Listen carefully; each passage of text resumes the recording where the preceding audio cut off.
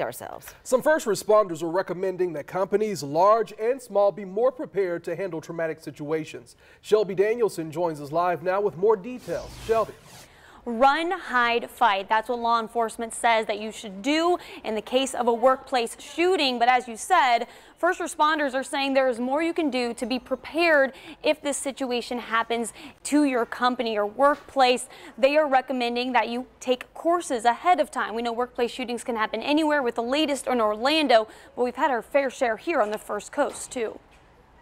There have been multiple workplace shootings on the First Coast. In 2016, there were back-to-back employee shootings. Local first responders are advising companies to train employees with tactical medicine or basic first aid, as well as having an escape plan in place. Maybe have a couple of team leads to do it, and those people be in charge of that particular floor. Tondalia Cologne works at Critical Action Center on Atlantic Boulevard, one of many trauma training companies that offers classes to civilians or large corporations. And they should try to protect themselves as well as their employees and their customers that may be in the area. They offer hands-on training and life-saving advice. Most patients, the more bloody they are, doesn't mean that they're the most critical patient. So I will go to the patient that's not responding. Chuck Mulligan with the St. Johns County Sheriff's Office shows us how anyone can be prepared with just a simple backpack. We have just the very basic necessities of saving a life.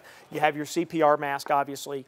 We have a tourniquet for extremity injuries where you may have a traumatic bleed. All of these measures are temporary life-sustaining measures until paramedics and advanced medical care can arrive. In Chicago, one local trauma nurse is making headlines by training civilians as violent crimes are on the rise there. You can do to save a life. And we kept getting these patients with gunshot wounds that they're either dead on arrival or they're so close to death that there's nothing I can do for them. And I was like, why couldn't we start a first responders course there to try to help? Something Mulligan says he hopes other cities, like around the First Coast, will emulate. This is a step that won't be for everyone, but it is something that we're starting to see in this country. Again, law enforcement officers in the past never carried equipment like this. We now carry it, and we are now starting to see it in some major cities where citizens are now being trained in this particular type of emergency care up until the point in time where paramedics can arrive.